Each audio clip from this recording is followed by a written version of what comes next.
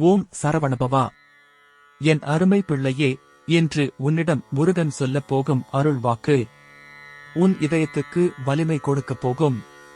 பிள்ளையே, நீ எத்தனை நாள் துன்பத்திலும் சோதனையிலும் தள்ளாடி இருந்தாலும் அது உன் முடிவு அல்ல, அது உன் தொடக்கம். அந்த துன்பம் உன்னை உடைக்க அல்ல, செதுக்க வந்தது. ஒரு வாளை கூர்மையாக்க தீயில் சுடுகிறார்கள் அல்லவா? அதே மாதிரி முருகன் உன்னை வலிமையாக்க சோதனைகளில் வைத்திருக்கிறார். நீ இன்றைக்கு வலியுடன் இருக்கிறாய் என்றால் நாளை பிரபஞ்சமே உன்னை உயர்ந்த நிலைக்கு மாற்றப் போகிறது என்று அர்த்தம். நீ விழுந்ததற்கு பிறகு எழுந்தது உன்னுடைய தைரியம். நீ பின்வாங்காமல் நின்றது உன் வெற்றியின் அடையாளம். உன் நம்பிக்கைதான் உன் விதியை மாற்றப் போகிறது. பிள்ளையே, சில சமயம் யாரும் உனக்கு துணையாக இருக்க மாட்டார்கள். அந்த நேரத்தில் நீ யாரும் இல்லாமல் நிற்கிறாய் என்று தோன்றும்.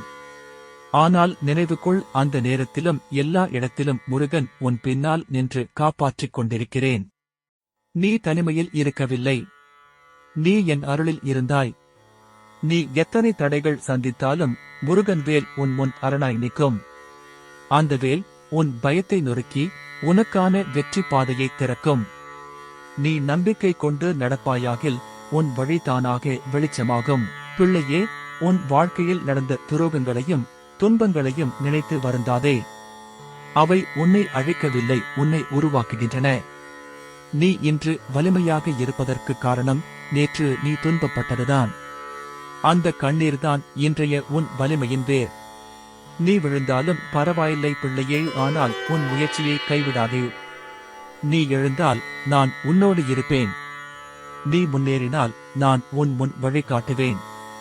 உன் நம்பிக்கையை கைவிடாதே. நம்பிக்கை இழந்தவனுக்கு அருளும் தொலைந்து போகும். ஆனால் நம்பிக்கையில் நிற்பவனுக்கு பிரபஞ்சமே உதவும். உன் இதயத்தில் நம்பிக்கை இருக்கட்டும், அதுதான் முருகனின் வாசஸ்தலம். இனி உன் வாழ்க்கை ஒளியால் நிரம்பும். உன் முயற்சிகள் அனைத்தும் பலிக்கும். உன் வீடு சுப நிகழ்ச்சிகளால் நிறைந்து காணப்படும்.